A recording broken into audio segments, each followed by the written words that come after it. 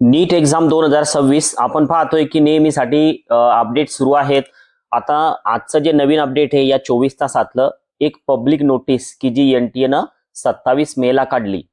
यामध्ये एक्सटेन्शन दिलेलं आहे. आपण जे बँक अकाउंट डिटेल्स अपडेट केले तर त्या संदर्भातली ही नोटीस आहे.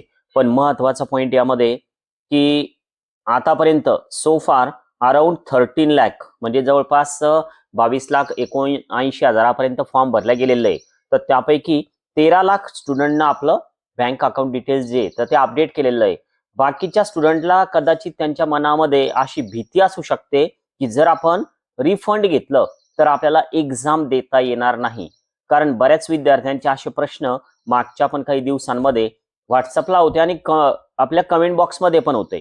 पण आपण बँक डिटेल्स अपडेट केले, आपण रिफंड घेतला तरी सुद्धा आपल्याला एक्झाम देता येणार आहे. तर त्यामुळे तुम्ही आतापर्यंत जर बँक डिटेल्स अपडेट केले नसतील तर नक्की एकदा करून घ्या. कारण ही जी फॅसिलिटी आहे तर ही NTA न परत एकदा आपल्यासाठी उपलब्ध कोणत्या डेट पर्यंत ठेवलेली आहे.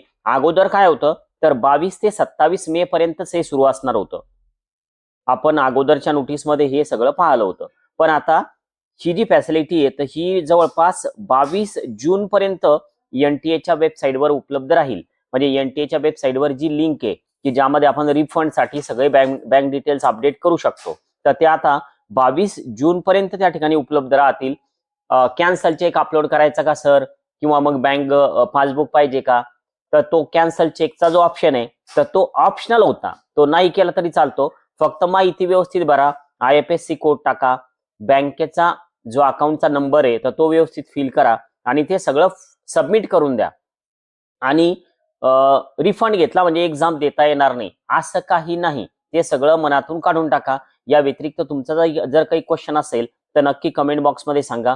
लॉग इन साठी यांनी या ठिकाणी काय काय करायचं तर हे सगळं एक स्क्रीनशॉट काढून टाकलेला आहे आणि काय काय डिटेल्स अपडेट करावे लागतात तर हे पर्टिक्युलर सुद्धा या नोटीस सोबत दिलेलं आहे.